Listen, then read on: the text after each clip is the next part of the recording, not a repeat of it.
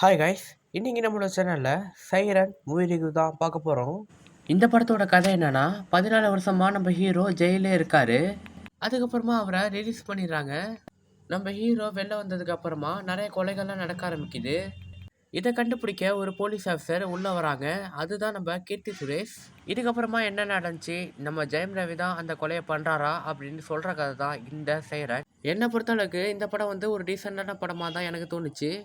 எதனாலன்னு கேட்டிங்கன்னா, இந்த படத்துல ஃபர்ஸ்ட் ஹாஃப் அளவுக்கு செகண்ட் ஹாஃப் எனக்கு அந்த அளவுக்கு பிடிக்கல.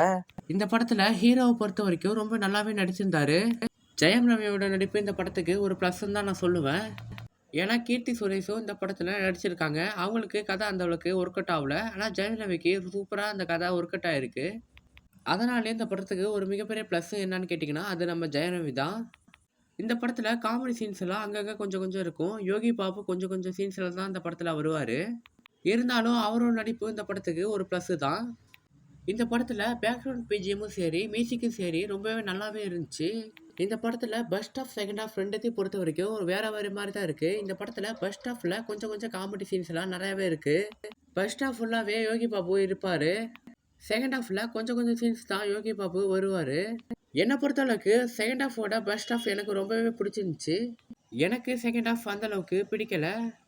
இந்த படத்துல சீன்ஸ் எல்லாமே கொஞ்சம் கொஞ்சம் நல்லா இருந்துச்சு. முக்கியமா கிளைமேக்ஸ்லாம் சூப்பராகவே இருந்துச்சு. கிளைமேக்ஸில் இவங்க காட்டின சீன்ஸ் எல்லாமே சூப்பராகவே இருந்துச்சு. எனக்கு பர்சனலாக இந்த படத்தோட கிளைமேக்ஸ் ரொம்பவே பிடிச்சிருந்துச்சு. என்னை பொறுத்தளவுக்கு ஒரு டீசெண்டான மூவி தான் இந்த சைரன். கண்டிப்பாக எல்லாரும் ஒன் டைம் ஆச்சு இந்த படத்தை தேட்டரில் போய் பார்க்கலாம். தேங்க்யூ.